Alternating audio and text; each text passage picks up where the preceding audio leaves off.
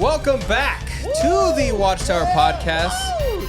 The Watching Tower Podcast. What is the normal slogan? We always give it to Watchtower Carlos. Podcast for filmmakers. By Yeah. filmmakers. For filmmakers. cinephiles, by cinephiles. Yes. Wow. I am here today with my lovely entourage. Comrades. Who is she? She Who is is she? filling in for Michael C. De La O today. Wow. Yeah, we're really sad that he's not here Yes. in his Well, normal spot. What's her legal name? Her legal name is Nunya. Okay. Oh, okay. Yeah, they're related to Ligma. So back off. I'm Bro, you're gonna have to controlling cut the that ship out. now. Yeah. We're back. Yes, we are. Watch Our Podcast. What the hell's going on? You might be asking if you're listening at home or on the road or watching from the road. I know Castro likes to throw on a game. When you're on the road, you just kind of prop up your phone and a good movie while you're Oh driving. yeah, dude. That's- yeah. A good road movie. So- Hey, are you in the preseason for the NFL right now? You digging that? You know what? I'm actually like in 2 fantasy leagues, bro. Oh my You're god. fucking crazy. No, dude. and they're each $100 each. Oh my god. There's a buy-in. Damn. So I can either be rich or I can either hate football. Are you a god at fantasy or are you like butt cheeks? Nobody's a god of fantasy, bro. It's random. Yeah. People get injured. It's just. By the way, speaking of being butt cheeks at gambling, I went gambling the other day for the first time ever. Have you been Wow. gambling? No, never. Wait, Yeah, wait. What Wow. type of gambling though? Because if it's I was slots- at a roulette table. Oh, that's gambling. Oh, Yeah. That's legit gambling. That Are you- was like I used all of the information I knew from GTA 5. What? Yeah. and I went gambling and like I lost $30 but won like 20. Yeah. Oh. So I ended the night with 10 and it was great and How was the rush? you know what it was? Big money. It was the fact that like I had wins and losses that I was like, I think I could win consistently, and that was the worst thing. That was Yes. like, oh no! And then I Sounds had a like buddy it, who yeah. did like slots. So a shout out to Meg and her friend Naomi. It was her birthday. Oh yeah. Shout out I see to the Meg. Instagram. But Naomi. like her friend Naomi is into gambling, like actually into like slots and Oh. everything. And they were like, for my birthday, I just want to go gambling with my friends. And I'm like, that sounds awful, but okay. Yeah. So we went to Speaking Rock, and from Speaking Rock, that's where she like I was like, I see slot machines everywhere. I don't understand. What do you do? And she's like, oh, it's fun. All you do is sit here and hit the button. And then all these- occasionally you'll win a lot of money. And then her boyfriend hit the button and won $80 off of a $20 bet. What? And then it was like, and then he's like, and $80? and then I remember it was my first time gambling and Meg's first time gambling. So then Meg, the second she saw that, she's like, "We got to do that machine." I'm like, "No, We gotta That's lock how in they right get now. you. That's it was the whole thing." And I was like, "I don't understand this world at all." But I was like, "You know what? I'm gonna give it a shot, try it out." I lost like $15 on the like slot machine. I'm like, I don't know how to do this good. But then I saw a roulette table, and I was like, "I've played GTA." I remember being at that table. Yeah, and Yeah. there's more to it. Yeah, Than just, and then I just go up to the waiter, all on black, throw it all on black. We're Waiter. going for it, and then what I video did won. you see? Do they do? Yeah, no, and then what happened is that I was down. So I only bet or put in the machines like $20. I got 5 back from slots, so I only had $5 left. I'm like, you know what? Let's have fun at roulette. All on black. I ended up getting like $15 back. So I'm like, I'm back to even. Nice. This is incredible. And then I was like, let me keep betting. And then I went down to $2. I'm like, this is awful. Okay, all on black.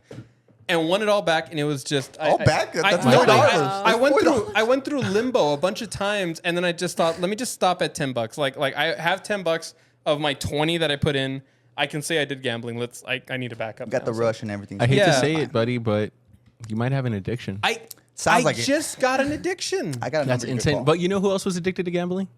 Michael Jordan. Woo! And look how he turned out. That's Exactly. why this is our Exactly. producer right here. Speaking of taking risk, Speaking of taking and people by the name of Jordan, we're here to talk about what year? 2013. Oh, 2013. And it sits at 3 hours on the dot. 2013's Martin Scorsese's Wolf of Wall Street. Yes. We would love to blow it up on the screen right now, but there's some technical difficulties, so bear with us. That is going to be our big talk of today. But before we get into it, a quick preface. Like I said, you're probably wondering what the hell's going on in the background. Under construction. Why is it that CK is lonely and the lighting looks weird? It's just what is happening? Why am I? It's a wild card episode. In the middle. Yeah. It's a crazy one. This is going to be a fun one. Right now, in preparation for the El Paso Film Fest, which I don't know the schedule, but I think it hasn't happened yet as of this release. And if it hasn't happened, please go check it out. Yes. September 25th to 28th, I believe it is. Oh, yes. Yeah, Yes. come on down. You're going to see the great Kevin. we mention? Yeah. No. It's all over the weekend, definitely. finally. Yeah, we can mention it, but on please come on socials. down to Night with Kevin Smith. Come on down to see Lloyd Kaufman. The Toxic Avenger. Wait. At the I didn't know Plaza. this. You remember? Yes. So they're both the big highlight guests. The attraction. One is an alumni of the podcast, and the other one helped to also be on. Let's backtrack that one on legality. Okay, so yes, we're gonna have cool guests yeah, and cool films. Yeah. So please come on down to the El Paso Film Fest. Yes. if it hasn't already You happened. can't miss it. Yeah, and if it has, honestly, if you're not there, you're just not fucking cool. That's the best way to say it. yeah, truly I guess, don't like thanks, films. You just thanks, don't dude. like life. Or El bro. Paso. I won't be able to make it. So, No, just- in preparation for the El Paso Film Fest, we're doing a major remodel of the studio. Yeah. We're finally cleaning the office. We're gonna need some new Celine chairs too, bro. has agreed, like every other woman that's been in the office, that it looks like a boys' club in here. yeah. Do you said have that. comments on that? I feel like wow. Should we all be I'm offended or being kind of put on like? the I mean, if spot it's real. Oh, you got to turn up your mic so we can hear your yeah. opinions about the boys' club of El Paso. I like The Office. I think it's really pretty. Yeah, it's a good show. Thanks. But what is it missing? A woman's touch? I'm sorry, I don't mean to make you like the token female. I don't know if it feels particularly masculine to You me. don't think so? No. The basketball court, Wow. the A golf. lot of people have told us like this just feels like a dude garage. Really? See, Yeah, I was in low-key. an actual dude garage this week, and I was like, I know you like felt really masculine while you were putting this together, but I think Oh. this space, like, it's nice. It's welcoming. to Yeah, all. we want it to be Nice, like welcoming to nice. like everybody. Like we're trying, but I don't know. It just needs.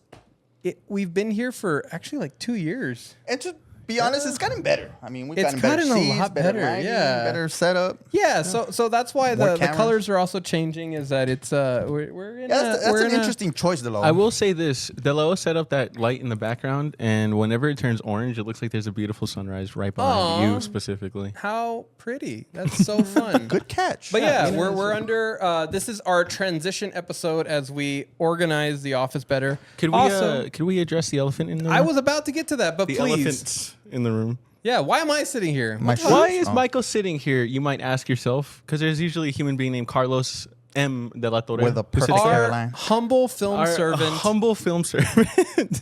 he He's still very much alive. I was about to say something that made him sound really bad. No, but Some music in the background. Our humble film servant and master film wizard, as I call Master him, of his own when domain. nobody's looking. Yeah. He had to go away. Carlos, we miss you. We Yeah, love you. dog, I miss you, bro. Like, trust me. been Everybody forever. here was like, "Do we have to do it without Dad?" It's because we never done it. Yeah, We And all and if collectively we cried. did like really early in the podcast. It's very it's weird, you know. But he's not gone forever. Like, I mean, he's genuinely gone. We for hope so. This episode. Yeah. No. Hey, calm down. Jesus Christ. Yeah. No. He's gone for this episode. what you know, about- he's taking care of business. taking care of. Now, before we just move on in a jiffy, Oh, also. there's a human being here that I always spend time with. That Yes, I always love. the That one you guys who- always say gives Dude, me we're missing handies. him. Dude, I and miss then my also, boy. Austin is Austin. off, on vacation with family. Like, He has like a family and shit. And can you believe that? He's in Dallas right now. He's My having a good goodness. time. Sell out. He's it's- having a good well break that he that's needed. Yeah, the like thing. you. This episode is so in like limbo and transition. Like, this is gonna go down as the like bizarro episode It is what it is. of the Watchtower. But honestly, these are like, it's like when you're watching SpongeBob, but there's that one episode, like the future episode, where it's like Yeah. nothing to SpongeBob, but it's fucking. Yeah. You just call me Nice. SpongeBob, bro? because You are SpongeBob. even Juan like Eric. Square? no, even like on a production Patrick, okay? front, some of the lighting had to be donated towards a shoot recently. Yeah. And then I Nice choice of also words. had to take down these lights because I had a shoot recently. So yeah, Shout out, like Tito. we're figuring it out. The ship is sailing with new looks parts. good. New yeah, thank you guys for vibing out. And let's jump back into it. The people that we do have here today, ready to be your film servants and delve into this film, is the wonderful Castro. Damn, John I Eric cut to the other Castro. camera. Yeah, You fucking I got sucked me. you out. Wow. Mr. John Eric you talk, Castro. so you just kind of like move your mouth and I'll talk. Hey, Wow. Hey, I'm Selena, and I'm the new host here, co-host. So literally not my name. Wow. Celine, No A at the end. That's Damn, insane this is chemistry. awful. Okay, we're Yeah, we're really going tight. clockwise. So All right. we're Mr. John Eric Castro offering us an acting Juan Eric. perspective. and I really love this film, and I can't wait to talk about it because Yeah. the Yeah. performances on this This- are elite. This is definitely going to be a performance-heavy conversation, just because I mean, anytime I've seen the behind the scenes of like Leo getting ready for I've only seen a couple. there's a couple of them that are out there, but like you see him just stone faced, and then the Yeah. second they call action, the great Adam Sumner, who was on this. Adam Sumner, R.I.P. Adam. For those who Yeah, don't know, first AD. there I was didn't even know. a feature film called One Battle After Another that shot here in El Paso this past year. Yeah. And Adam Sumner, that was his last feature film before he passed passing. away. Very sad. Very, very I sad. love them. But yeah, no, incredible film, incredible crew, acting amazing. So can't wait to hear your take. Absolutely. We are also joined by a previous guest. And without an A in the end of the name. Dang. Okay.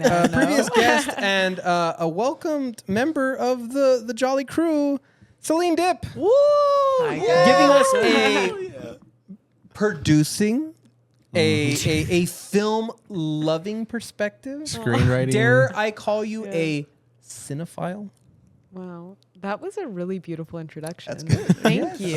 Hey, you got something, kid. I forgot it's the Bechdel test, right? Where like Yeah. women are supposed to not acknowledge men for like a What? period of time. What's Celine actually called me out on Sounds like that science. the last Yeah. time because I didn't know what it was. And she was like, bro, you don't know the fucking Bechdel Like test? And I was 2 like, weeks whoa. ago, we watched a movie and I was like, oh, it's fine. I just didn't pass the Bechdel test. And he was like, what? Yeah. Is I that? didn't know about yeah. this. The Bechdel test is when you have two female characters. If you don't pass it, or if you do pass Oh, it, I you have have two heard of female this. characters that talk about something that isn't a man. I was trying to pass the Bechdel test, and I'm going to try the rest of the episode to not bring up the phrase "women's perspective" I'll say it for you. in conversation. No, because I feel like then I'm just making you the token. Woman. Damn. You can't say woman and perspective in the same sentence. All right. Anyway. Yeah, but Celine Dip, thank you again for joining us. I know that this was a very like unexpected. Super last You're minute. gonna get a chair, and we're all gonna just be part of it. But we're happy to have you here. She was invited And- to watch the movie midway into the screening. Yeah, they don't have to know that. Yeah, don't. I mean, spoil it. no, she's fucking. She's No, but She's seen but it before, yeah. Thank you. We appreciate for you being being here. Thanks, guys. Happy to be here. Yes. Why are you winking? Was I winking?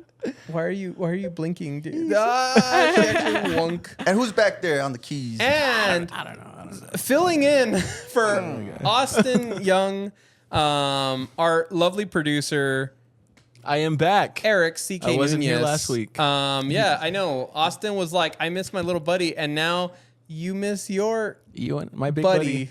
My big buddy. Why did you have to say I Buddy, you're Mr. Buddy. He won't be back for like another 2-3 weeks. The podcast will not know that. Yeah, bro. He's back next You're spilling the episode. beans, bro. Yeah, you know what? Nah, I miss that guy. We've been. I know. I think miss him. ever since Gnarly Lounge, we've actually gotten like a lot closer. Like I was going through some shit like Sorry to hear about that. 2 weeks ago, and he actually like called to be like, "Yo, just want to know." He kind of gave me like big brother advice. It was Hell actually yeah. Great, really nice. man. And I'm gonna consider it. I mean, Nice. It's so weird not having Austin here, and more importantly, it's also not more importantly, but it's weird not having the man who would normally be in the chair, Carlos M. Del Torre. We miss both you and Austin. We sure do. We sure but do. I will do my best this episode. Your humble film friend, Michael Dello. In center chair. Just as sexy as it gets. Humble. I can't say film servant. I am just your humble film friend. Film buddy. Yeah. You're like the Mr. Rogers of this whole entire podcast. You know what? How does that start? Hi, kid. Or how does it go?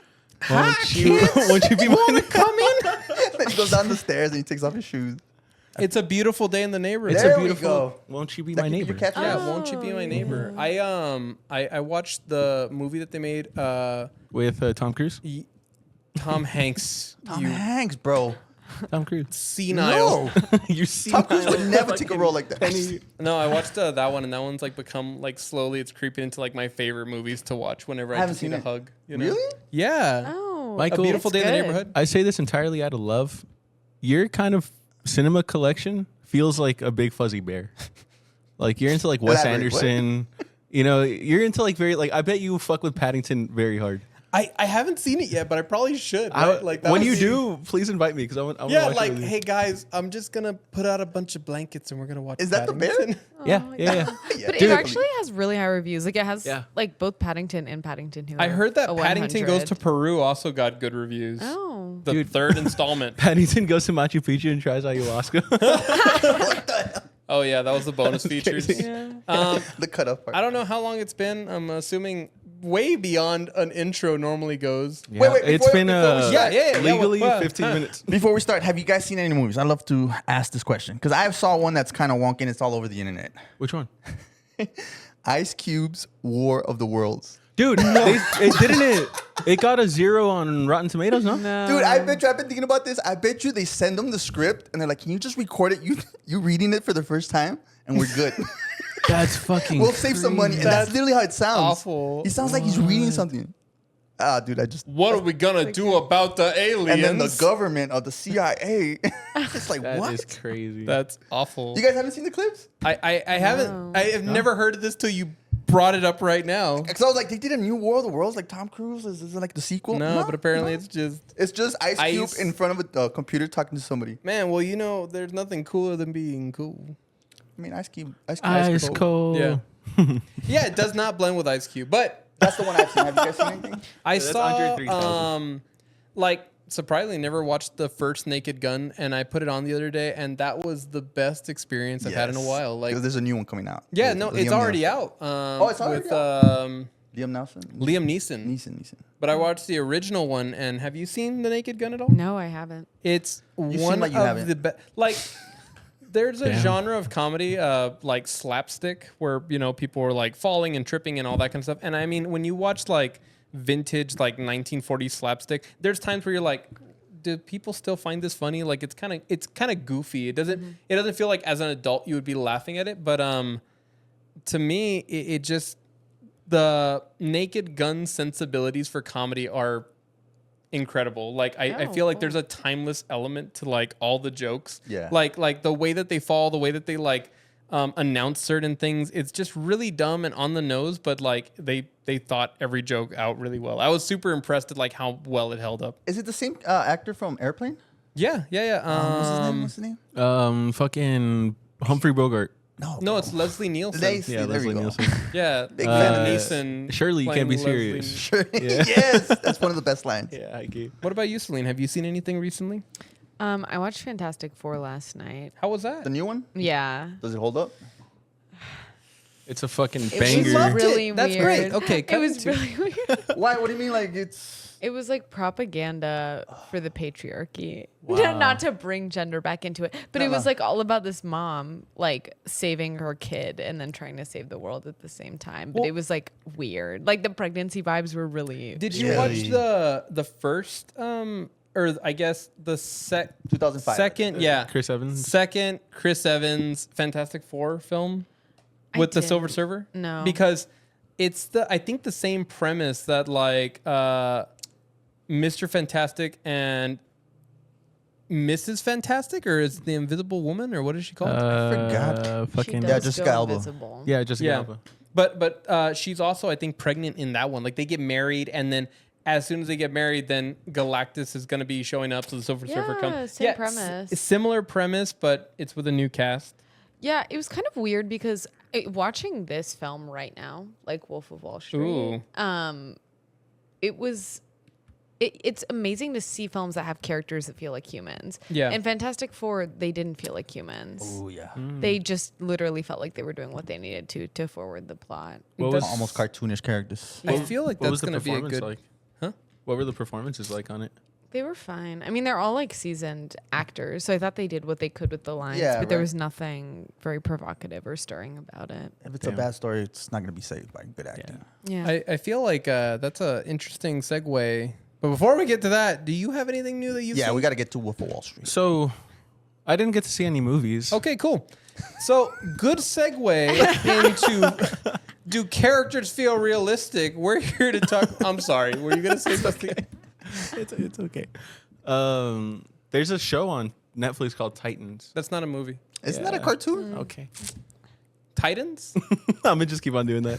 I do that to my brother. He's always like, I forgot what the fuck he does. But so it's fart. Titans. It's pretty much the rise of Hollywood. How like MGM was like the god on top, but when it was time for them to sell, like in the 1920s, you had Warner Brothers, who was kind of like the young gun rising, and then you had fucking Paramount, who was like the number 2 in the spot, and then you had Fox, who was like number 1. But it's insane to see how all three of them were like fluctuating. It's like a historian documentary. That's Fucking really cool. badass. It goes all the way from the start of Columbia Pictures in Chicago to the stock market crash in 1929. Oh, wow. 29? It's really, really cool. Really cool. That's super cool. Speaking of the stock market, speaking of good segues, Wolf of Wall Street. we're here to talk about Wolf of Wall Street. How do you not like that name? That's a badass name to have. Like, Wolf of Wall Street, Jordan Belfort, in real life, he fucking antagonized that.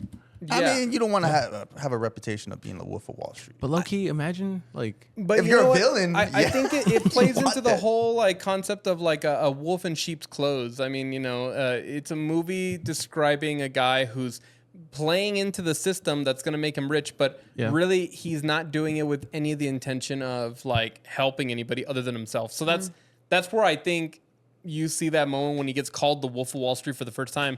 And it is that kind of like punch of like, oh, I'm not part of you. I'm not part of your society. Like, Yeah. it is kind of an antagonizing thing. But yeah. That's a phenomenal, like, story in general. To kind of live that kind of life, like...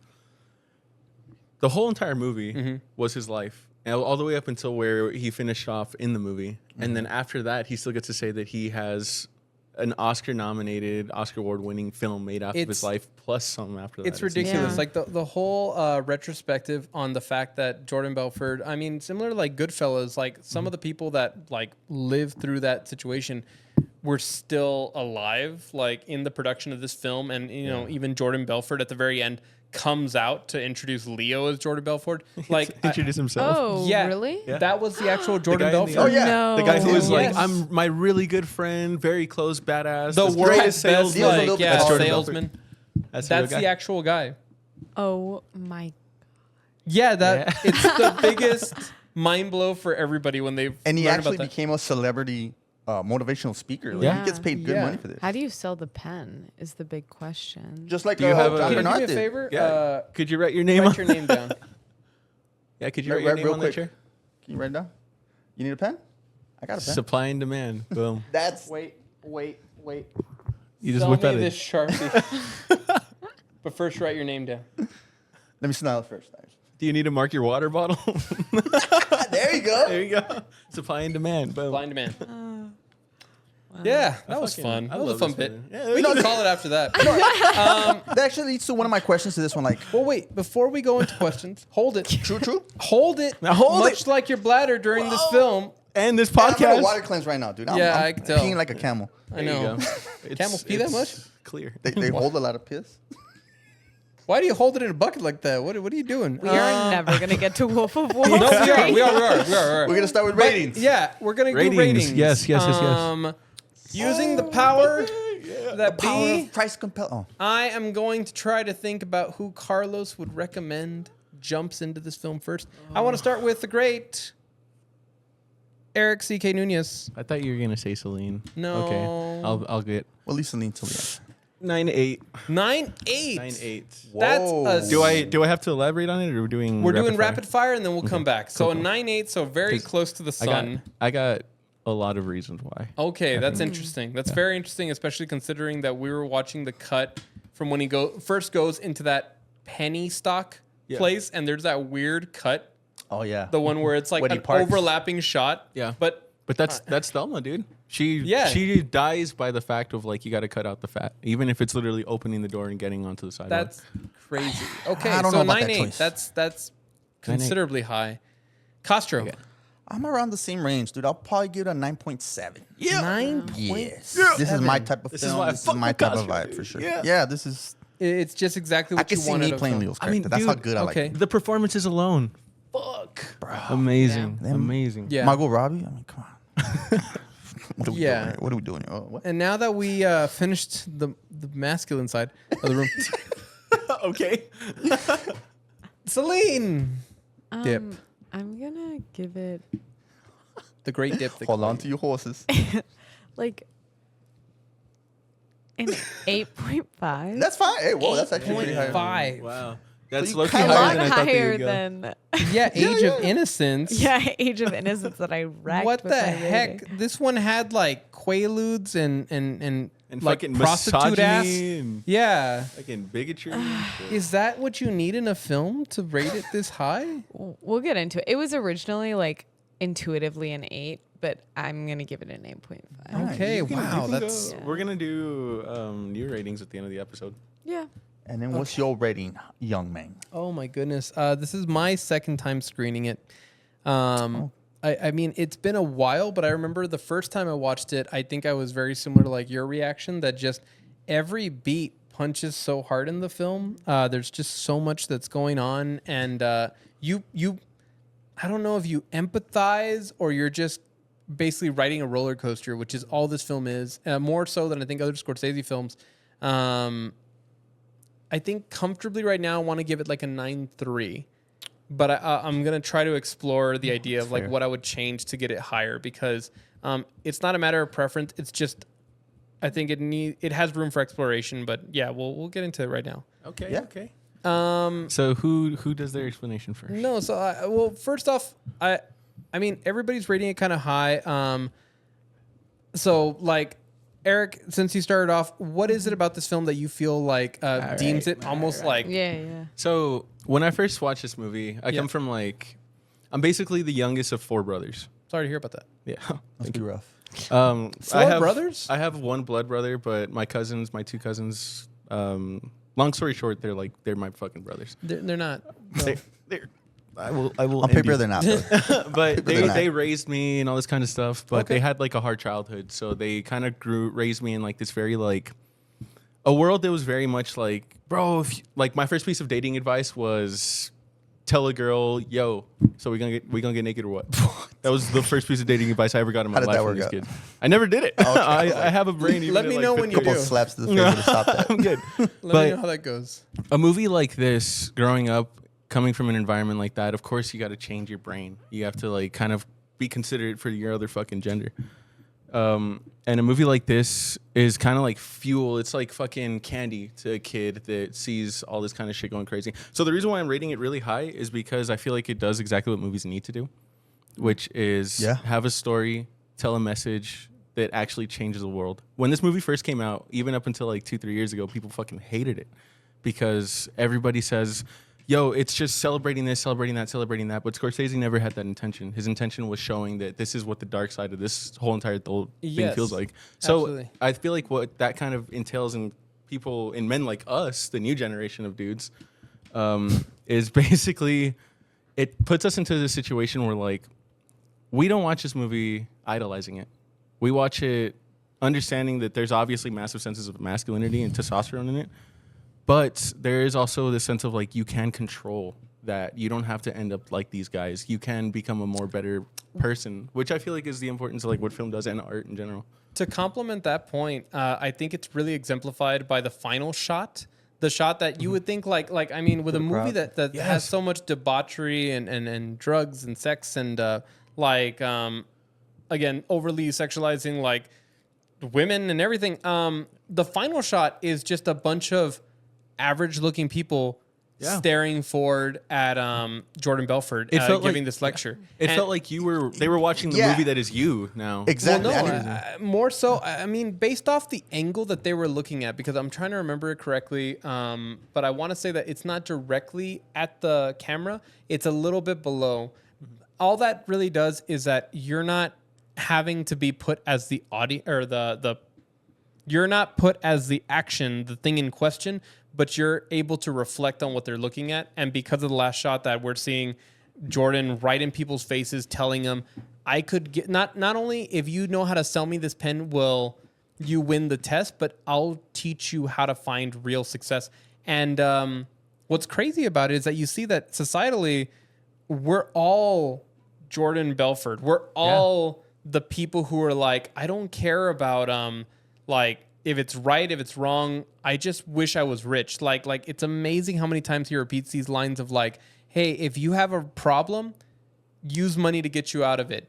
I can tell you that like I've been rich man and I've been a poor man and I'll choose rich every time. And that mentality, as corrupt as it leads him, it ends up being the thing that's fueling all of society afterwards. That they look at this guy who was like, you know, not a dictator or evil, but he just was like the poster child of like gluttony, you know, and pride. And people look up and revere that and feel like, wow, that's crazy that you did all this stuff. Now, how do I get in that chair? You know, it's insane how like even then you can step back and look at like what kind of society accepts that as like the form of success. Yes, you know, it's holding a mirror to like.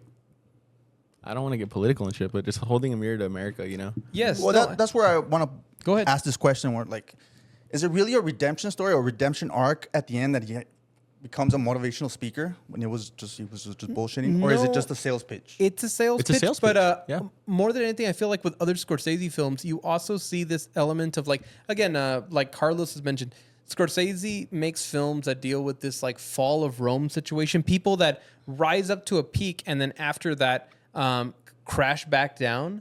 And I feel like in each of those moments, there's meant to be an element of human reflection, you know, like what parts of myself do I see in that person? Because at the end of the day, even though they feel almost cartoonish or they can feel like these over exaggerations, there's still human in them. And those are where the cracks lie. And those are where kind of like you see the underbelly of everything. Exactly. So I feel like that last scene is, look, you're going to the guy who originally could just like throw money out a window and not care about it. And now he's doing instructional seminars to make money back for like his court fees and everything, you know, like it also kind of makes you question, like, who do you want to idol?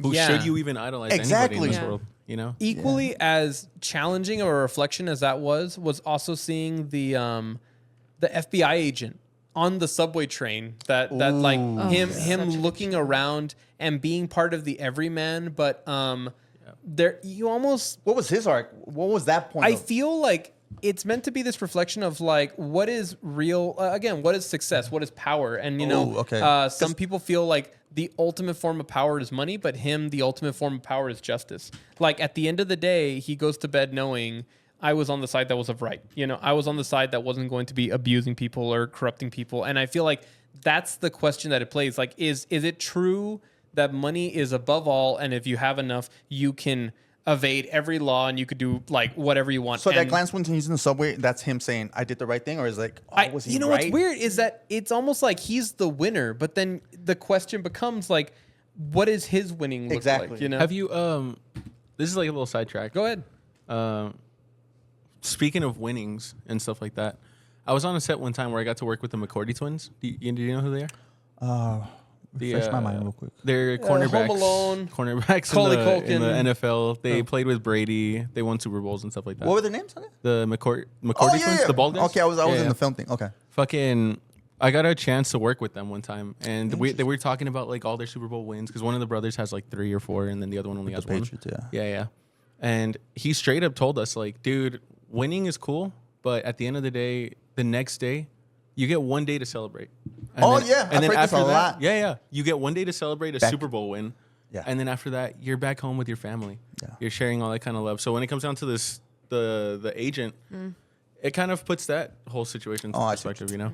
Yeah. Like, what is winning to you? Is it even really as important as that? Like, Yeah. change is probably more important. And I mean, it's interesting. Any of these like fall of Rome things are a question of like, you know, the fragility of power and also the fragility of the human spirit and how us all existing together as high as anybody can get, it's not going to last forever. And that's what I've loved about like every Preach. Scorsese film. And I mean, like, you know, later on we're looking, I'm not too sure what he did after this one, but I think I was talking to Carlos that before this one, he did The Departed. And His only Oscar. that was his Oscar film. So, I mean, a lot kind of writing from there. But then goes back to kind of his roots. This felt very much in the vein of like, again, the Goodfellas Yeah. and the, I don't know, like maybe Casino. He Maybe did this they one did- called Yeah, Street of Dreams after this one. Street of Dreams. I think he did a couple of documentaries. Never That's seen that's that kind of what followed. Yeah. Yeah, it's what followed The Departed. And then I think after this one was Silence.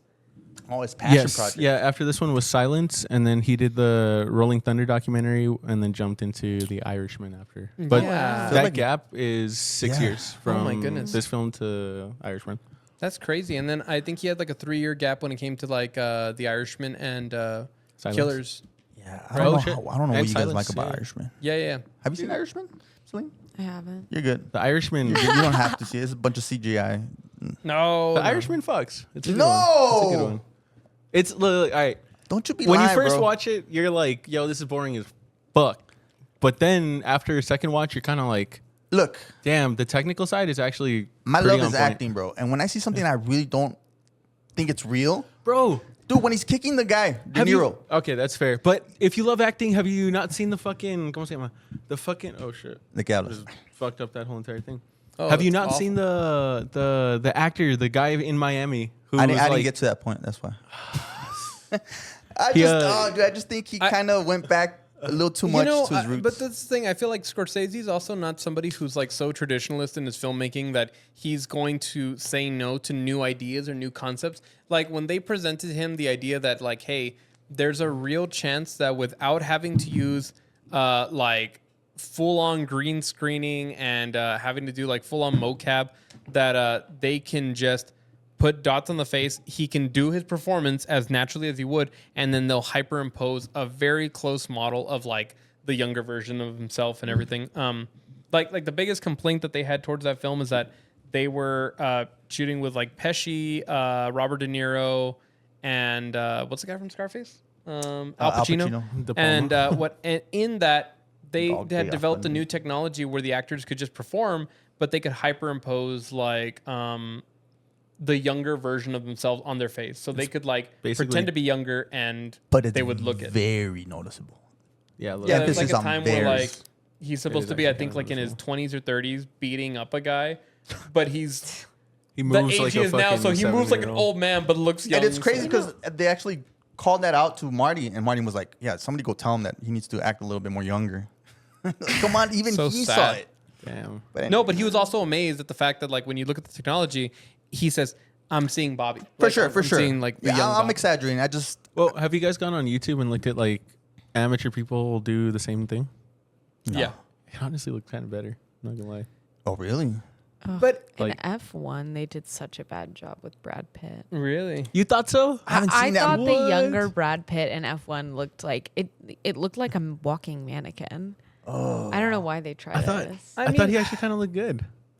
Low key. I feel like it's a tool. yeah. And you know, with that tool, you're going to have its ups and downs. But True. I think The Irishman is also just Martin Scorsese being willing to explore things and saying like, I'll take how that. is that going to improve the story? I'll take that.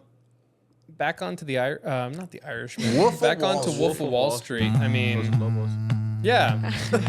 Thank you. Dude, Matthew McConaughey in that one. Holy fuck. I loved everything about Matthew Holy except fuck. his hair, dude. he is a killer actor, but just his hair was throwing me off. Even was- the it wig, was for it the adds to period, the no? character. It That's adds what to it the was? character. Yeah, for the period. Like that's supposed to be I like just know that they wore a lot of that was supposed to be hairspray. like then. what, like early 90s, Mid like, 80s. mid 80s. No, yeah. late 80s, 87. Because Leo's was Yeah, noticeable, but yeah, his during was just kind of like, the second big stock market crash. Yeah, October 12th. Yeah. oh yeah. So yeah, Dude, it's period accurate. Oh my god! Imagine how much coke must have moved throughout just New York City alone in that time. Speaking of the '80s and greed, I mean, Wall Street. Anybody fucking Wasn't that the crack epidemic? Coke was like, yeah, yeah, low-key. So- Low-key. You know, Real Ronald quick. Reagan was pushing. really back in, baby. No, really back in. Celine, I know that you only caught like not even like the latter half, but you caught last half of the film, but you have seen the film before. It's just been Yeah. a while, right? What do you feel about like all of? I just feel like it's such a testosterone-filled boy film. It is. Do you feel like because of its storytelling method, it was hard to connect with any of the characters, or do you feel like because of the performances and everything that was provided, you were able to have empathy or interest in what happened to any of these characters? Like, how did you feel when it came to that? I think it's a great question. I think I actually felt a lot less connected to the film. There's the gender dimension of it. I also was interested in the themes of like man and animal and the kind of animalistic nature of these characters and how that's kind of a through line. Yeah, And for sure. of course that relates to masculinity and the way that masculinity is performed in the film. But I think beyond the gender dimension of it, just the way it was cut and the pacing of it, I felt like it was almost impossible to care at a deep level during the moments where we were supposed to care. So you think were that there- the editing was the shortcoming of like the emotional beats? Like, I don't know if I needed that out of this film. Like, I don't know if I needed to watch Wolf of Wall Street and cry. And so in that sense, I think it achieved what it needed to, right? Like, it's much more a story about the infrastructure that it's a part of, which is like Wall Street. It's much more a critique of the habits and behaviors of these people and also of their lifestyle and how it's devastating for them. You don't feel like in any critique it's kind of necessary that you're able to have some kind of like not major attachment, but something that can connect you into character so that way you can reflect on that a little bit more? Because I mean, otherwise, then similar to like you were talking about Fantastic Four, these characters don't feel real. They don't feel like it feels like a super villain. And even there's one point that Jordan Belfort, he like says like, oh, well, you know, when you have enough money to own a supervillain yacht, you got to look the part. Yeah. Like there's something so extraordinary about him that I felt like there needed to be moments that were grounding factors. And not to say that the entire film was like littered with them, but I think I'll argue towards certain beats. But do you feel like it's necessary or that the film was benefiting, I guess, from not trying to get you more empathetic, if that makes any sense? Like, I just think the dimension of uncanniness that pervades the entire film Yeah. and these like uncanny objects that keep repeating and remind you that we're watching a comedy really took me out of the dramatic moments. Like when the yacht is being crushed. What about into. when she's threatening to take the kids? That's when I really felt like it was grand. Okay, we're back to Yeah. reality. Yeah. But even I'm thinking of the shot of DiCaprio. He's like scrunched over this table and snorting a bunch of coke. I mean, it's pitiful and so sad, but the way it's framed, we don't really linger in that moment long enough to feel the pain of it. And I mean, I'm thinking of the shot where you look through the window of the car It stays on him. and you see them carrying away his child. And again, you don't really stay that long in that moment. And I beg to differ. I would Really? say that those moments are probably like we learned this a lot like when we were working on so who was it this time that we would let shots really just sit there and I mean, you know, we would let a whole sequence go. We had a moment where Jessica's supposed to be like in the restroom crying, and we recorded her as she gave her full performance. And afterwards, I remember Carlos and I were saying like, that's a wonderful shot. And even Austin, he edited it where we had that entire crying sequence left in the film. Then we ended up talking to like other editors and other people who gave us great advice. And their whole thing was like, after a while, there's going to be a visual and emotional fatigue that you get from those moments. Like if we leave you in any moment too long, you'll almost become desensitized. Like if I see a person on screen crying and we just sit there with them, then it doesn't feel it's not gonna punch as much because like, oh, they're crying, they're sad, and then we feel that emotion. Then it's afterwards we're like, okay, now it's not a person crying, it's a person acting like they're crying, and then if they're crying enough, then we're like, okay, this is just the sad beat for this character. But we become less and less attached. And I think the masterful editing that came from Thelma was knowing how to keep a beat there long enough, but then knowing how to cut away from it so that way we could jump into the next emotion. Because jumping from, like, again, that window shot that you felt like we didn't stick there long enough to then right afterwards, we're in the, like, he's talking to the lawyers and he's in the middle, this defeat.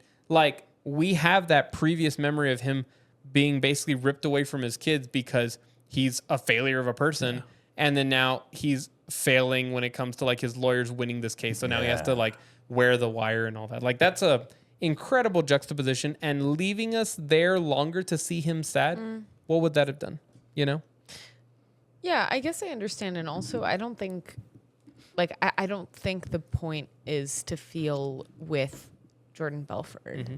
Like, I don't know if that is the point of this film. I don't know if we're made to feel sad with him. Like, I think there are moments that evoke that, but I think the larger effort of the film is maybe in some ways to critique him as much as it is to care about him.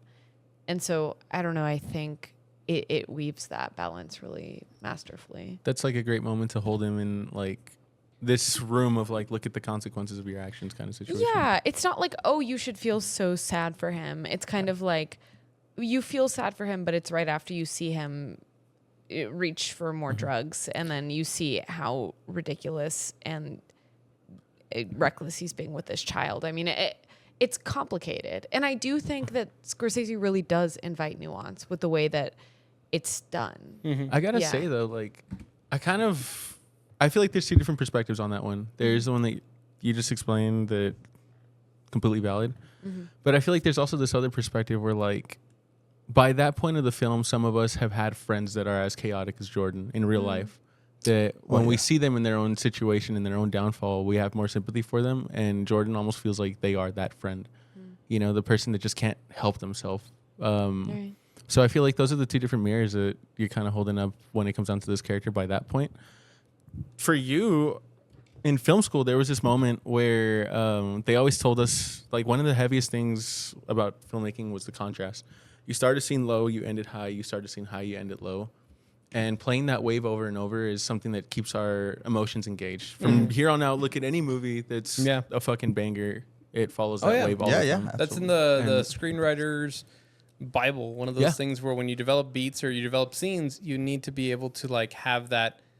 There's an up and a down, and you're constantly flowing through that. So that way, not only are you able to like keep people's attention, but you're also like pushing story forward. And I guess kind of the interesting like note is that whenever you watch a film and you're looking out for moments like that, you're also trying to figure out like, well, what is this supposed to be feeling? And they'll tell you if you want to analyze like every scene, how is the character feeling at the beginning, and then how are they feeling at the end, and also how are the other characters doing? Like, did they win? Did they lose? I kept look at Parasite. Parasite does that phenomenal. Absolutely. Go ahead. I definitely would like to point to. I mean, along that vein, the highs are so high. Yeah. Like, I mean, ridiculous. The highs that you get, I guess. Almost visual uncomfortable, and right? sensorial ecstasy that you experience on these scenes where you're floating around. I mean, those pants, how do they even execute that? Maybe you could speak to this at a technical level, but like so victorious, and the music and all of it is on it's on a techno crane, kind of like floating through like the rooms, specifically the shot where like they're getting. Oh man, I'm trying to think of the shoe guy. Steve Madden. Steve Madden. They're getting Steve Madden, and then right when they like when it goes to the the needle drop, it goes quiet, and all we hear is the music, and we see the eruption in the room, and it's a techno crane that's like floating through everything. The use of silence in that moment, like where like after he says, the whole fucking like do do do do. And then afterwards, the whole entire crowd is fucking losing their minds. But then we just hear the soundtrack of like, "Yo, Steve!" Da, da, da, Oh yeah. Yeah. And then it's just silent, and then it goes into building up the song. Fucking Scorsese. Who's the editor? She should be a legend. I don't know. The only editor that you'll ever need. Such an Thelma. tour shot. I also feel like there was a couple of different moments that similar to that needle drop, and I want to talk a little bit about the voiceovers and how you guys felt about that. But they were techniques that we've seen in Scorsese films like a million times, but they felt so different in this film. Like specifically that needle drop, the way that like the music kind of like just it silence in the room and then it overtakes the crowd. Yeah. And there's this weird kind of thing of you're seeing almost like the symphony of the madness of the stock market and Wall Street and these people who are selling penny stocks. Like, it's beautiful how the music at that moment was turning what would have felt like a bunch of like wild testosterone driven like people towards frantically calling up to sell these stocks into it just felt like a hum. It almost felt like a beehive, right? Like we're all just kind of working, and now there's just a rhythm and a flow, and it's all controlled madness. Controlled madness. That's like a really good way to put this whole film. I feel like I've never seen a needle drop like that from Scorsese. I've seen it in other films that are super interesting. Like we watched Goodfellas recently, where it's like, oh yeah, it like elevates the moment. But this one was the one where it's like, oh no, it's controlling the moment. It's controlling the visuals. And again, we talk about juxtaposition. That incredible juxtaposition where when the song starts off, it starts off very like super soft, like quiet. Yeah. There's no noise. Like, hey, Leroy. Like the way it just kicks off into it. The other element that I felt was interesting, and I want to get your guys' perspective, is how did you feel about the voiceover? Like the fourth wall break of Jordan Belfort, where we're seeing, the movie take place, and then he'll just like turn to the camera and is like, anyway, you don't care about the stock market and all that. All you need to know is that we're rich now. Like, how did you feel that affected your watch of this film? I don't really know how to take that. I mean, yeah, it moves the story along. I guess I don't know. You didn't connect with it? It didn't like do anything different for you? Because take it this way, as a filmmaker, what's the point of like a fourth wall breaker? What's the point of like him using voiceover? Do we need it? Do you feel like this film would have like been fine without it? Is it in a way like try to get the audience back with you? I guess I don't know, like trying to get them back on track. I don't know. About I mean, one of the things is that like this is coming from Jordan Belfort's book, which is like an autobiographical novel on himself. Yeah. that is true. Yeah. This guy is very humble. Yeah. The most humble you will ever see. I will say this, Leo. This is probably my favorite performance of Leo. Like, Wow. To me, on this one, I think it's like a race car stuck in red. The way he performs this character. Oh, that was fucking great. Yeah, I love dude, that. it's just always on rev. That was sick.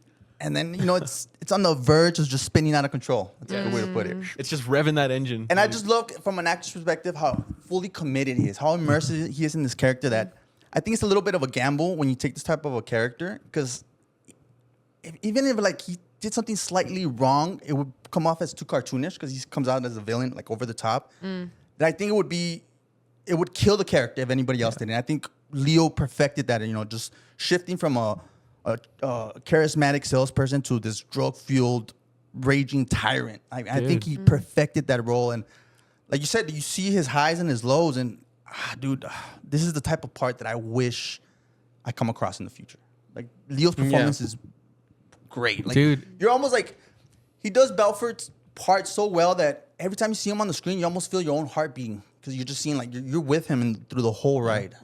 I love his performance. I also think, like, marks to Jonah Hill being... I think this is the one that broke the mold where he was known as this funny, He was the funny, like, fat guy. And then in this one, I think you saw acting chops out of him. Yeah, I mean, for Martin Scorsese to give you that type of a role, when he didn't even have you in mind. Because I remember, like, do you know the whole story? That he told Leo that he wants the part, and then he went over to his house and he was like, I want this part. And persistence, right? And he got this part. I think this will put him over the hump of not being just a funny comedy guy, but I could work with real directors. Well, like Celine said, this is a comedy, according... That's another take. Do you think it's a comedy? I don't know why he lingered on so many... Comedic beats? yeah. Like, I understand why you need him, but I've never seen him write these comedic beats so Well, much. I think it's the contrast, the drama that happens throughout the story too. Because I mean, of course, you have these intense, these funny ass moments of like fucking Donnie beating off at But a party. it lingers a little bit on it. And it lingers on it, yeah. So you can kind of like live into that moment, I guess. You can Ooh, really get okay, the I life like that. beaten into it. But then on top of that, you still have to go to a world that this kid almost killed his daughter. Not killed, but this guy, he does shit like beat his wife and stuff like that. You know, Yeah. you still need to, going back to the highs and lows, you Like, got to contrast that I whole think, genre. I think we all love the whole car scene when the quaaludes finally kick in. Yeah. I love that whole scene, but I think it kind of dragged on to what the story was trying to tell. But I guess you got to get immersed into what he was going through. But that's how I kind of felt. Like I also feel like the whole film is like, it's asking you like, hey, like a circus is fun to watch, but you wouldn't want to bring like the circus home with you. You know, like you would not want to like have like clowns and elephants and all that kind of stuff inside of your home. And to me, those moments, like specifically like when he takes the child away, and like it's kind of like, oh, he just thinks he can kind of go and conquer it all. But I saw your reaction when you see like the little girl, like he hits the wall and then you see her just kind of like snap back. And like everybody like feels like, oh no, this is not, it's not fun anymore. Like this isn't, that's exactly how like I if it felt. was Jonah Hill and they like crash, it would have been a comedic beat. But the fact that you're like, oh no, this is the circus at home and that's not fun. We're not enjoying this. And then I think again, the way they linger there just enough for you to feel the realism of it, how fast all this happened. Even like Margot Robbie running out with the housekeeper. And that the realism in that moment, how tangible it is, like it's you're not fucking taking my it punches a lot harder than like when you see them at like the party where like Jonah's just like jerking off, like just randomly. But did you guys notice that in the first half of the film, you get those fast paced, very Did you upbeat notice that, like Celine? comedy? Did you notice that, Celine? Loved those parts. Yeah, Celine. No, what was it? No, but in the first half of the film, you get that upbeat, like the rise of this guy's success. Hell yeah, like it's funny, it's It fast, throws it's you quick. right into it. It throws you straight into it. Yeah, And then yeah. in the second half, we slow it down. We bring the drama in. We kind of really start to see the decline of this guy, and slowing it down makes it feel like we finally got into the bus crash. So now we got to wait for the cops to get here. If that makes sense. well, like I said, it almost makes it feel more real and more serious because even though it wasn't like shot as a wonder, like that scene where he's talking to the FBI agent on the boat. So good. I was just thinking about that scene. Yeah, you're sitting there with him, and like there's not a beat, and then you can even tell like Leo's performance You're mimics. questioning. Like, is he really? Well, I feel like Leo's performance reflects the audience kind of like anxiety when it's like, so we're just gonna sit here and are you sure you guys don't want anything? Like, are you gonna do anything? You're just gonna sit there and like that anxiety that he's feeling. I mean, really, it goes to like Marty directing his actors, and then also like Thelma like editing it together to like. I felt the anxiety, even though like like I almost feel like I watched a bunch of like bad things this guy did, and now the cops are there, and you're just like And even like, I don't know who the other cop was, the agent. He does such a good well of selling like, yeah, I'm into what you're saying. And then the whole, like throughout the whole scene, I'm just trying to bait you, dude. You actually try to bribe me. He was actually a good actor too. oh yeah. He's a great And actor. honestly, I think that was what we were kind of touching at of like the high and low idea and that contrast is that's what's so great about this film. I'm thinking of the end where they're both smiling at each other at the end of that scene. Get the fuck off my boat. Okay, I'm going to get the fuck off my boat. And like literally the tension has erupted. Yeah. But instead of screaming at each other, they're both wearing these smiles and acting so cordial and kind with each other. Yeah. It's like every single thing you're supposed to feel in any moment. In the sad moments, it's still kind of funny because you were just laughing. And in the moments where you're laughing, it's going too far. And you feel like the mayhem Way too might far. edge too far, and I think that's the essence of this film. It's like even the ecstasy is painful and the painful moments are still filled with this levity because of the environment we're in. Yeah. I think Yeah. Michael hit it on the dot perfectly when he said the circus is fun, but you don't want to bring the circus home. Yeah. That was really yeah. well said. And then I think about What do you think about? I think about a lot. I'm think you trying think random I'm thoughts. trying to encapsulate like all my milkshakes. thoughts and feelings towards this film, but it's just it's a lot. It's a lot to unpack. I feel like in this, I'm gonna go out on a limb on that. Go ahead. Go for it. Huge limb. I think we need more of these because our attention span is so short. We need like fast pace. Yeah.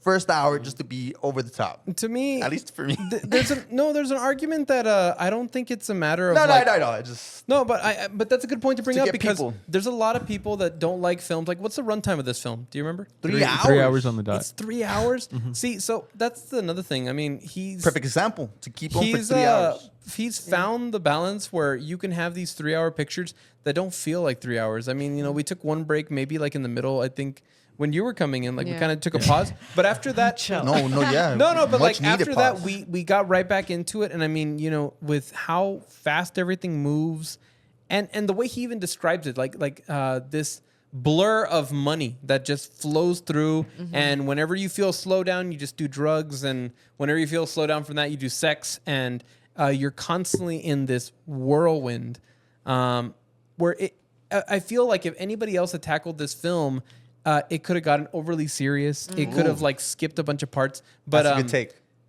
we're riding these waves, these massive Yeah. waves, and we're able to really sink into them. Like sure, maybe individual beats we don't sink into them as much, but we're able to sink into a feeling. Like when he talks about the highs of like, oh yeah, and then I started up this company, and this is where we all went, and then quickly it went from like us having this little crappy place to us having like more employees to us having like an office, and you're able to just sit for those like 20, 30 minutes in the wave of a rising company going from being like near to nothing to one of the top like conglomerates in the world, What was the name of the The book? Scranton? No, the Stratton company. Oakmont. I kept thinking of the paper company. Damn, you just fucking put disrespect on my guy's name. What? Stratton Oakmont. Oh, my bad. I'm messing with you. Yeah, honestly, I kind of want to be an intern there. Fuck it. Do you feel like that's where I was like, I know in a weird way trying to phrase it, but do you feel like it's creating the allure of like money and everything? I mean, that was like you were saying earlier, one of the biggest critiques, but there's like a weird 50-50. I know that like I'll speak honestly. I know that before you came in, not to say that you were like a bomb. In the first half of the movie that I did not watch. Yeah, That she missed No. completely. We were all. Like I feel like it was a dude's club. It was a and boys' club for It sure. was a boys' The vibe club. did change, but for the good. No, but to me, 'Cause we were there just was saying a weird dumb stuff. No, there was a weird mirror that happened. We were saying Like some dumb stuff. no, there was Low-key, a weird it was kind of funny. mirror but it that was, happened that like I mean when we're watching it, it's like a boys' club, and like whenever the guy's getting a lot of money and they talk about jerking off, we're all laughing, and then boobs go on the screen, and we're like, see, that's crazy. And then when you came here, then it was like, I don't know, I felt like, I think it's also just because you came into the office, and I'm like, I need to be polite now, and I need to like sit properly, and Everybody like. But hey, it also down. kind of comes down to like the film itself too. Like by the time that Yeah, you came it in, it actually was worked also out. very much like the film was at a slower pace. True. The intensity wasn't as high. And then also all the debauchery from before is now seeing its consequence. All the people who were like Yeah. having fun and just like living the super lavish lifestyle have their end, The Yeah. whole thing that the dad mentions to Jordan at the beginning, like, one day the roosters are going to come to nest and like a rooster. Much needed scene for sure. Yeah. give The him dad character, I feel like kind of balanced out the whole thing, but I don't know where he came from. When did he hire him? Did I miss that part? The dad? Yeah, I just remember he No, he- showed up when It he was was- like, "Yo, it was Mad we need to pay Max. these bills." Huh? You don't remember the Mad Max scene where he was like, "I hired my dad, Max." Yeah. and See, I really didn't know who that character was until Yeah. that is true. that's My the fault. father, our Lord and Savior. Rob Reiner apparently plays that guy, Rob which Reiner, is fucking director insane. of Stand by Me. Stand By Me, Another when Harry River Met Phoenix, Sally. yeah. Yeah, that's the one I know. That guy, No. the The dad? dad. Yeah, it's the the dad. dad. Wow. Yeah, and then also, He turns French for or what was it? Yeah, fucking British. British. Rightio. Right. yeah, that when people would call him, he Cheerio. like Cheerio, picks up a Jake. British accent and then goes back to like yelling, like, "Damn it, what did I miss?" And then Steve Buscemi's just on the screen, just vibing, getting his shit Just all rocked. young. Yeah. And then what was the other director that was at the beginning of the? Yeah, somebody else mentioned. There's you guys might have heard of him. He did a little movie called The Lion King. His name's Oh, yeah. John Favreau. John Favreau. Oh. Jon Favreau. Jon No, I'm Favreau. talking about the other one. Oh my God, there's so many cameos. There was another one. Yes, there was a guy who directed Her. Oh, Spike Jones. Wait, Dude. Spike Jones? Yeah. Spike Jones was He's at the beginning. the- So when they open up like he applies to work for the penny stock like company. Spike Jones is the one hiring him. He's like, yeah, I don't know. He's the one we that. just- Well, I don't want to say it. Damn it. what? No, He's the one that she's was like, female. you If you could make that fucking- sale, I will personally. That's even And I worse hope it than happens. not That's saying what it. I'm Like saying, bro. you're just quoting the movie. Yeah. Unless you believe it, then maybe No, that I makes just never you like saw. a. I always knew Spike Jones was the director, but man, he's a hell of an actor. I really believe the part that he played. You know what? You know what his past is? acting. He Jackass? Jackass. Jackass. Yeah, Jackass. Yeah, He 100%. literally he made The skating fat suit. videos for fucking magazines, and then that turned into Jackass. Yeah, And he then does from like there- the old lady, the fat suit. Yeah. Like that's how I remember him. Yeah. Yeah. Fucking sick. Anything Have you is guys seen Street Dreams with Rob Deerdeck and fucking? No, not at all.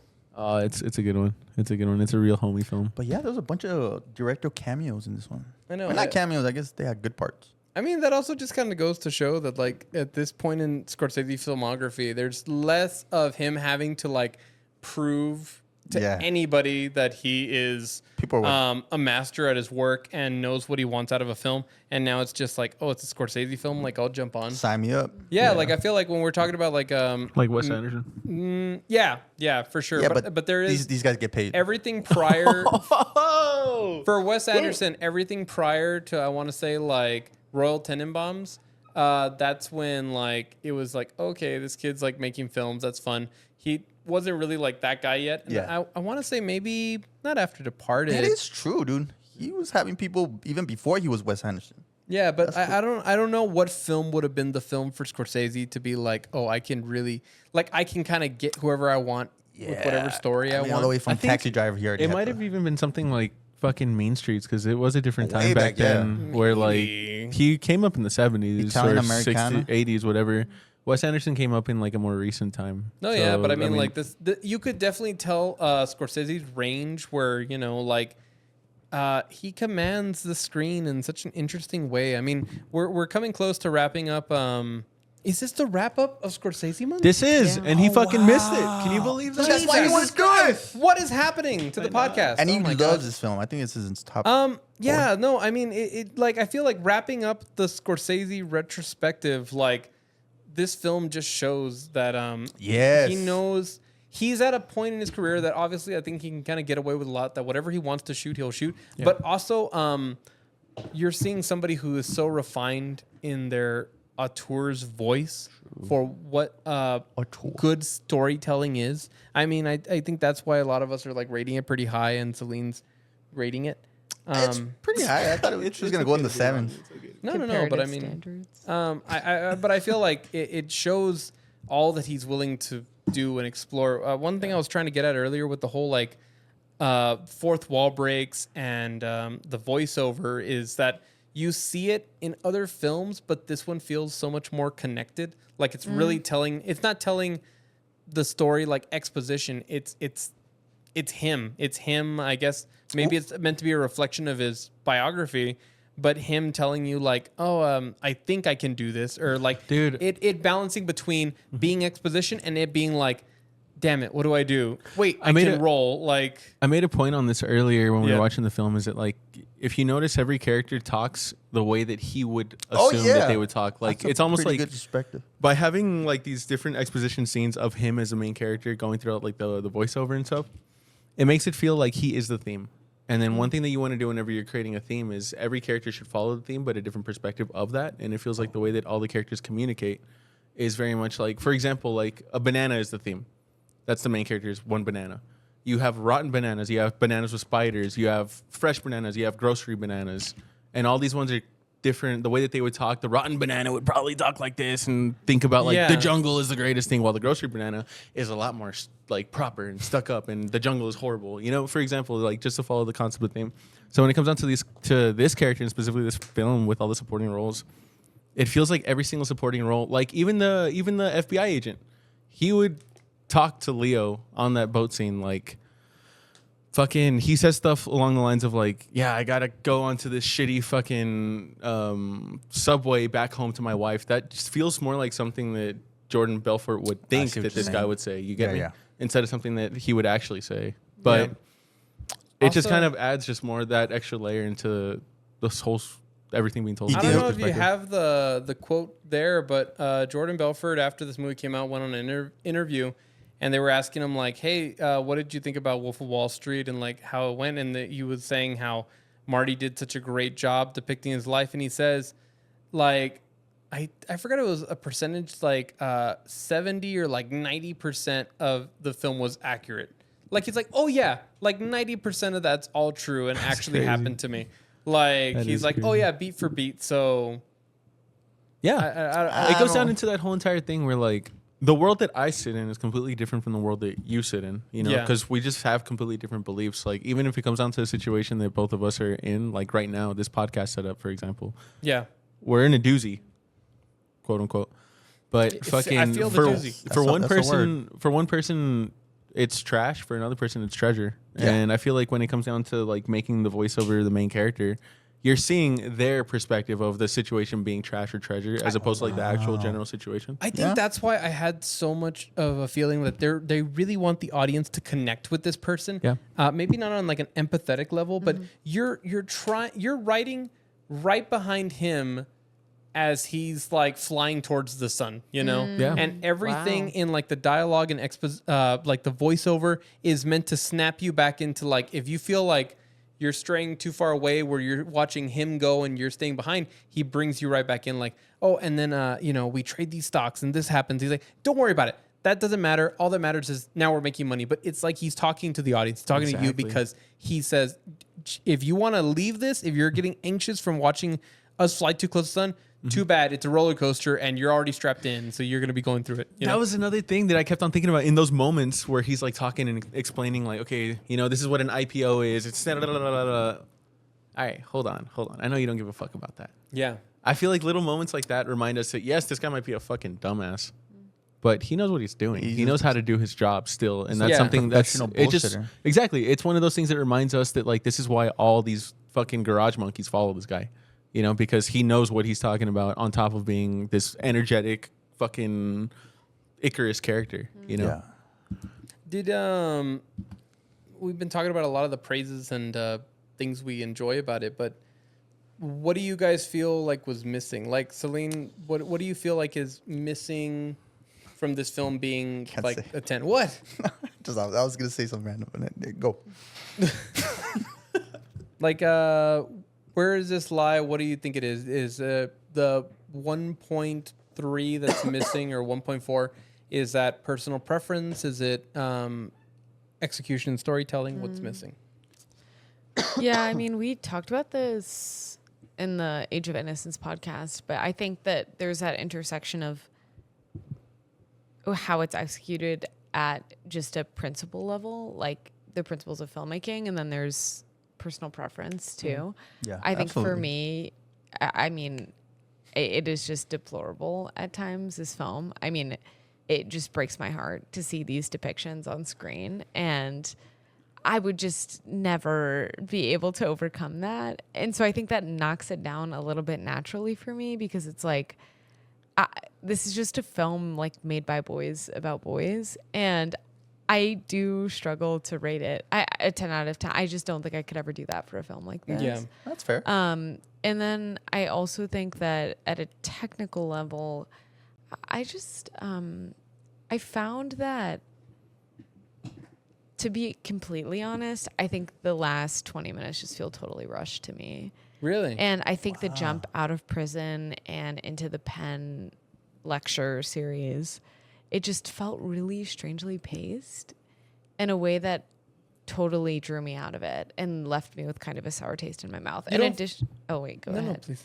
Yeah, no, I mean, that was really my main critique, in addition to the other things that I've had to say about it. You don't feel like it was the fact that everything else was so rapidly paced that then that part felt awkward because you're like Like you're slamming it's- the brakes. again, it's like riding a roller coaster. Like at first it's really fast, but then there's that point where then you're hitting the brakes and it's trying to slow you down. Like you've been going so fast for so long. I mean, it's a 3-hour film that then when you're trying to slow down, it's like we can't just stop you. We have to like we have to have these like little bumps, and like the bumps being like him talking to lawyers and him like trying to stay in the company, but then he gets arrested. Like it's these little like stop signs. I want to say.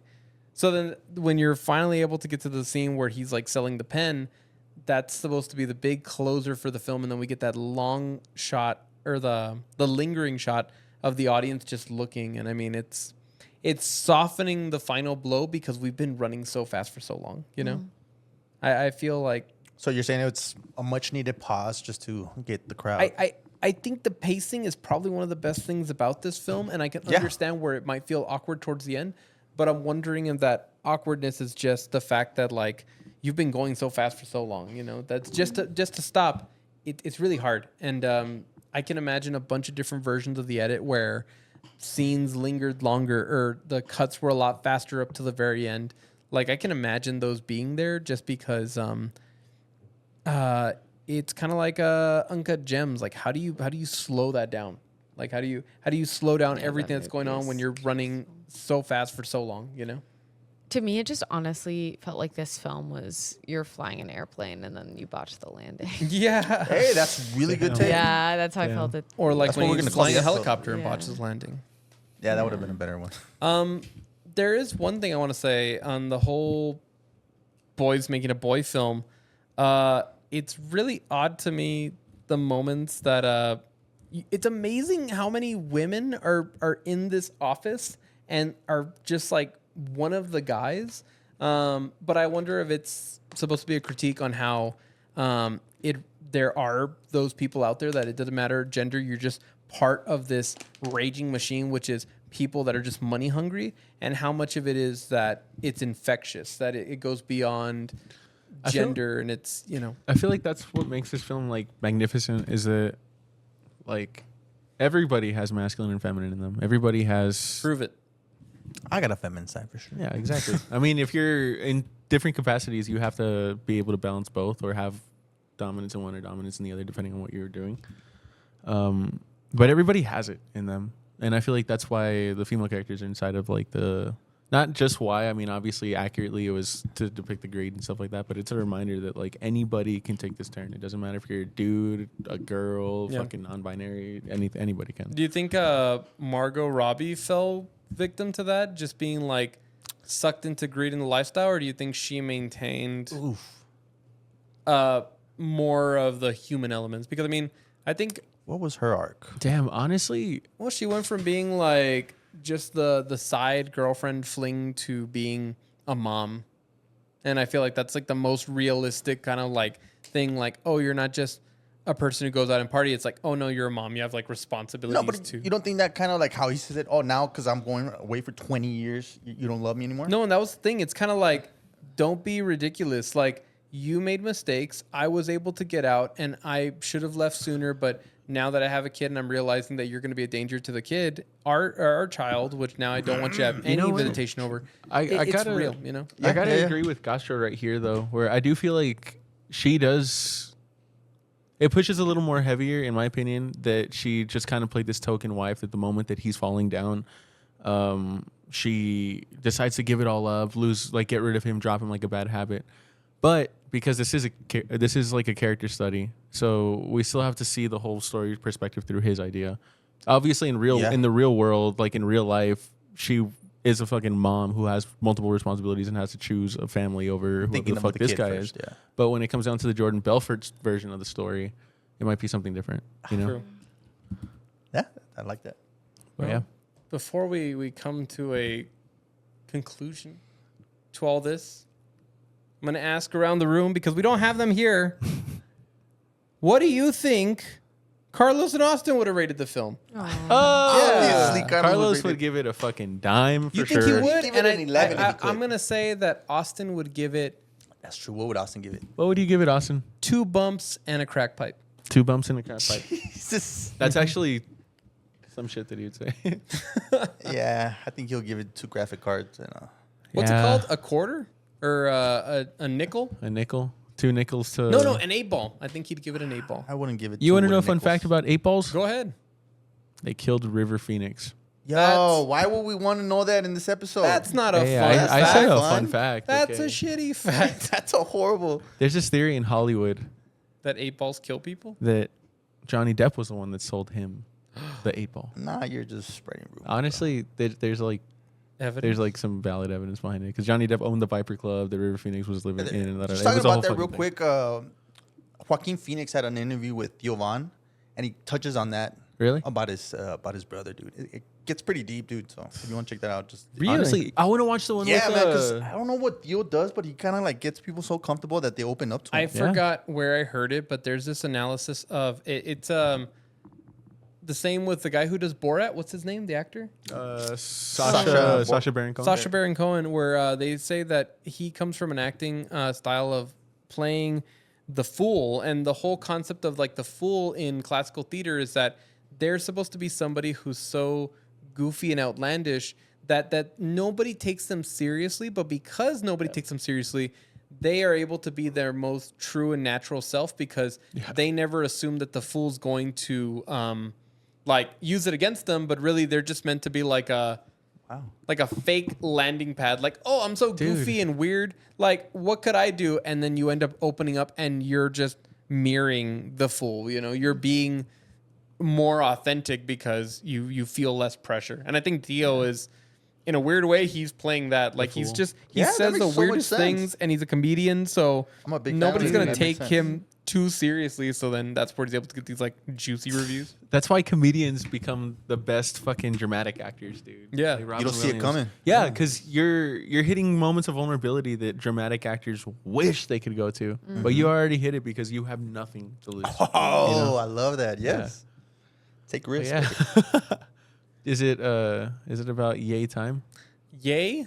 Yay time. Nay. Nay. A whole lot of yay. Because I gotta go 10-1. A whole You lot gotta of go yay tell and a whole that's lot why of you yay. want to end the episode? Because Dude, you gotta go pee. it's been fucking boiling. I'm on the fucking Juan Eric Use a wave water over bottle here. like everybody else. Yeah. Okay, Man. okay. Like I'm on the bridge or something. Just fucking. Celine, any rating changes? Any final thoughts on Wolf of Wall Street? Wolf in a sheep's clothing. I'm gonna leave it at an 8.3. Went down. Whoa. It went Did down. you have fun with the film? I did. Would you recommend it to other people? Wouldn't I think recommend it's it to good to watch if you're a filmmaker. Dang. You wouldn't recommend it to like general audience? Like, Like, it's a very loaded question. what do you mean? How is it a loaded question? And that, like, I think it's a brilliant film, but I also just like, Yeah. oh my god, these depictions are so Is terrible. it just like too much to watch? Is that what it is? Like, I just like, I hope we're not watching this in 100 years and feeling intimate with it in the way that we do now as an audience. oh my That's a god. society. That's fair. Kind of quick question. I mean, He threw him off. no, like. You Like- reset it. Like, where the Do rails you at? feel that way with all of Martin Scorsese's films? I mean, we're wrapping up the retrospective. Yeah. So, do you feel like all of his films kind of have that like element that it's just like they all deal with like debauchery and the underbelly of society and the rise and falls? I mean, do you feel that way with a lot of his films? I mean, obviously not Age of Innocence. That one's like the weird left field one. But like Casino, Goodfellas, Departed. We haven't seen Departed. Silence. That's actually kind of a valid question because Scorsese has like a very big backtrack on like just boys club shit, you know? Yeah, this is why I don't like Taxi Driver. Well, Is- Taxi Driver like- doesn't like you. Okay. I just don't think you can be a woman and connect with that film. I feel like And that's a really intense Really? statement. But I don't know. I don't want to say that. That's a Yeah. do generalization. you gotta- feel that way with this one too? look, I gotta admit though, my bad for like chopping your brain. No, go ahead. Go ahead. I feel like there's two directors that kind of specialize in like male loneliness, and that's Scorsese and Denis Villeneuve. You're just saying that because of Blade Runner. But honestly, yeah. Honestly, yeah. You need more. No, Get I mean outta you here. got Prisoner. Well, I don't even know. if Prisoners? Prisoners are No, good. there's more films that I feel explore male. Then loneliness. honestly, Scorsese is like a perfect example of like a dude who explores male loneliness. If that's a thing. Like, He's also I mean, in this film, he's really venerating these habits to a degree. That's a whole episode in itself. I think that there's this degree of, I don't want to think that I can't be empirical about this film because of my relationship to gender or because of the gender lens that I'm taking to it, right? Yeah. Like, I can appreciate the film. I think it's brilliant. And I see at a technical level why it's achieved at such a high way. And then also at a personal level, I can really resent the way that it represents women. Yeah. No, and So- not like, again, it's not to over harp on the gender kind of like the gender depictions or the gender analysis of this film. But when I watched it, I can fully feel this immersion of the boys club, which is something like whenever people talk about like, oh, this film practices a lot of like the male gaze and the way men view society and the way the men view success and like fighting adversity with your fist. Like, I feel like there's no other film that exemplifies it more than this one, where like I'm finally forced to kind of reflect on like, oh wow, is that really what a view of success looks like? Like just constantly being surrounded by like sexy women and money and drugs, and is that what everybody thinks that this is going to be a picture of like they even describe like, oh, you're in financial heaven, or like you're in heaven being in this place. Like it makes you reflect on what the peak of society is, what the 1%, what the highest high you could Yeah. experience Yeah. in life is. What's your definition of success? Yeah, and I mean, I feel like That's in the every question. way, I'm not seeing a neutral view. I'm seeing that one Chad from high school who's saying like, "Oh, wouldn't it be awesome to be that?" Like a finance bro. Yeah, and it's weird, and I feel like I don't always see that in movies, and I feel like a lot of times the reason we have to have like kind of a gender conversation because it's a lot more subtle, but with this one, it's so heavy-handed that. Yeah, I'm also just like, can't we talk about how gross these dynamics are and also still give women airtime in these films in a way that is meaningful to them? Yeah. Like, Yeah.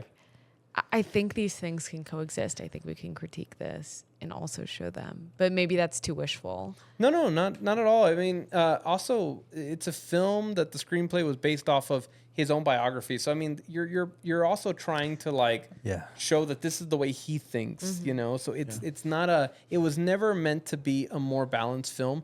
I mean, there's other films like I'm trying to think of one. It's a biased film, but fucking sometimes you need art like this to remind you that like this is how far you can go, you know?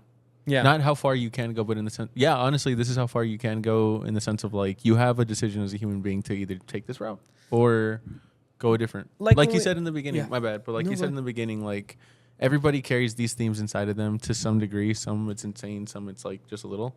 But that's what's interesting about this story with Jordan Belfort is he feels like he's just like a fucking symbol of this whole entire notion of greed. And again, maybe it's not so much towards like gender or not wishing that there could be a more balanced perspective. But in each of Scorsese films, there is a moment where I feel like we're put up against a mirror and we're meant to reflect on like what happened. Like I feel like in a lot of these films, there's this ending note on like, and that's how the story is ending for them, you know, that's how the and cookie this crumbles. almost like word of warning to everyone. It's not just male focused or female or age specific, but every film has this moment of reflecting beyond what has been shown and looking into the future. I feel like that's what he does so well as a maker of cinema.